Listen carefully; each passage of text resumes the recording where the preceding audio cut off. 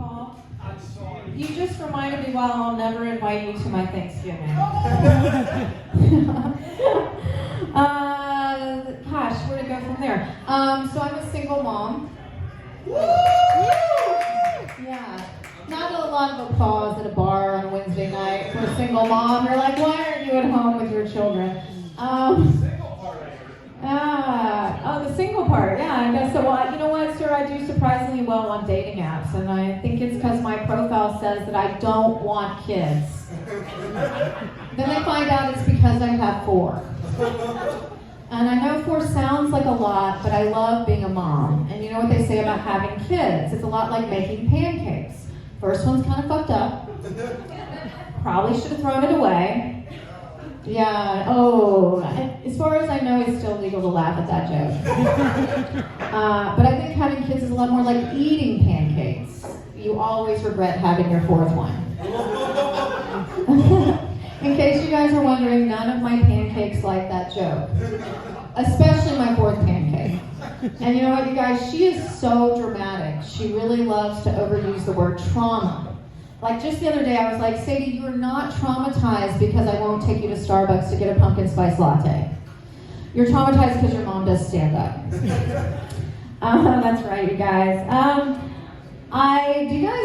Are you over pumpkin spice? Are you guys over that? Yeah, me too a little bit. But it is at first kind of exciting, but it also scares me. Because, you know, the pumpkin spice latte is like the gateway drug for all the other shit on the Starbucks menu.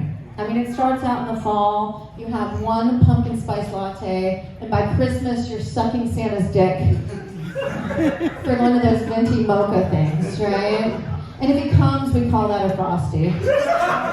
Yeah. Is everybody recovered from Thanksgiving? Is everyone recovered? Yeah?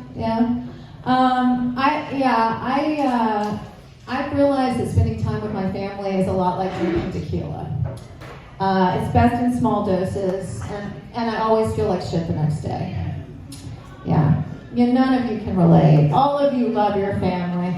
I don't know. It took me 30 years to realize that I don't have anxiety. I just needed to stop talking to my mom. Oh, yeah. I was at a show last night, and a comic was talking about her mom passing, and everyone was like, oh. And I was like, oh, I'm so jealous.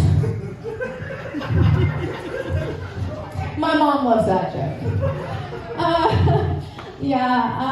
I decided that I'm not going to spend the holidays with my family this year. I wasn't invited, but it's still a choice. It's still a choice. Oh, shit. Oh, boy. My friend that I grew up with, that I've known since I was 4 years old, is here, and she's never seen me do stand-up, you guys. She's very, very brave. I feel like I'm not doing her visit here from Japan justice. My youngest is 12 and is in 7th grade, you guys, and I was just driving her home from school this week, and she told me that her sex ed teacher taught them what a blowjob was and even showed them pictures. Yeah. And I was like, oh my God, I do think she needs to know where babies come from, but I don't think my 12-year-old needs to be considering whether she should spit or swallow.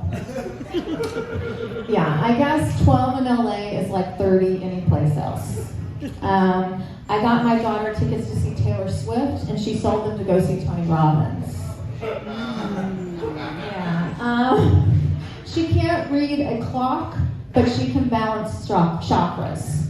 Yes. No, I actually did get her to go see Tony Robbins. I mean, not Tony Robbins. I did get her to go see Taylor Swift with me. And oh my God, you guys, Swifties are actually so nice and wholesome. I mean, usually if I took my kid to a concert, I'd worry about them getting roofied or ending up in a mosh pit. But with Taylor Swift, I would just worry we'd be born-again Christians. So a lot of born-again Christians in the room. I'm sorry to offend you all. You too, Susan. I know you're just Catholic, but you know. What can I do? How can I offend you two? Gosh, the holidays. I feel like Christmas is so much work, you guys. The holidays are so much work. I mean, I do all the cooking and the cleaning and the gift wrapping, and I really just do it for my 12-year-old who's at home. Sometimes I just wish she would get interested in things like boys and drugs already. Yeah, I do have older children, and but I don't think I'm quite ready to be a grandma. But then when I think about someone else hosting Christmas, I'm like, call me Nana. Yeah. There's one thing I really hate. I have to rant for a second. Forgive me. I know we all love gifts, and I would never turn down a gift, but there's one gift I hate, and it's candles. I fucking hate candles. I feel like it is the most generic gift, and if someone gives me another fucking candle, I'm going to burn my house down. I have a whole closet full of fucking candles.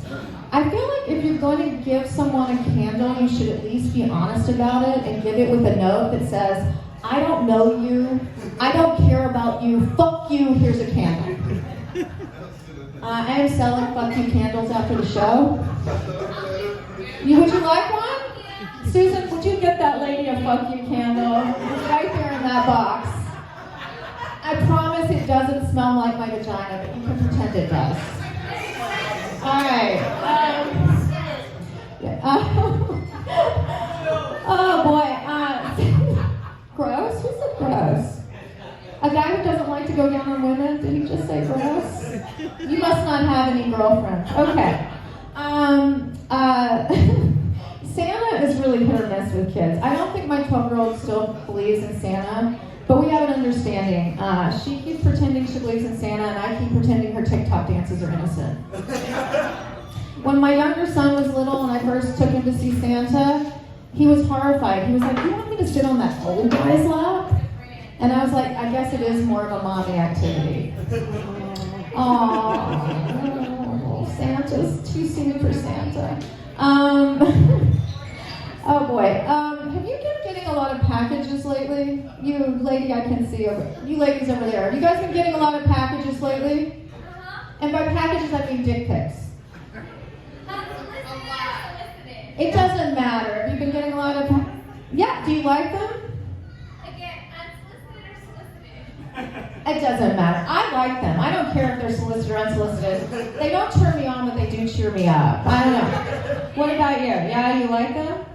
Yeah. Have you seen creative ones? I've seen some really creative ones. Yeah, I've seen dicks photographed next to wine bottles and salad tongs. But by far my favorite was a dick photographed next to a bottle of Lysol. I was like, ooh, big and clean. Yeah. But I don't feel like I've been getting enough dick pics lately, so I'd like to give my number out at shows. Nate, you can take this down for me, right? It's 8675309. Do you know this number? Is anybody here old enough to know this number? Can you sing with me? 8675309. 8675309. I'll scroll through your dick pics while I drink my wine. 8675309. Did you give me the light, Paul? Yes? Can I do one more joke for my friend Susan? Just because she and I, we both just turned 50 recently. Yes.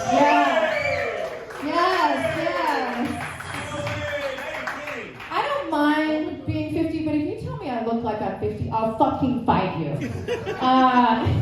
But you know what? It's rough. I mean, people keep telling me I should age gracefully, and I'm like, what does that even fucking mean? I guess I will gracefully take myself to my next Botox appointment.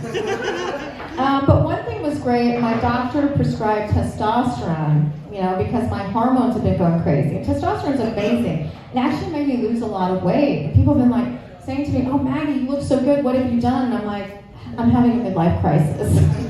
and losing weight and everything is great until you get a glimpse of your ass in the mirror, and then it's just another reason to kill yourself. But testosterone is also good because I feel so good. I feel like a teenage boy. I mean, I'm moody, I'm breaking out, I'm masturbating in socks. But I didn't mind my birthday, Susan, I really didn't, because I feel like I'm still young, I'm still vibrant, and I'm still dating 26-year-olds.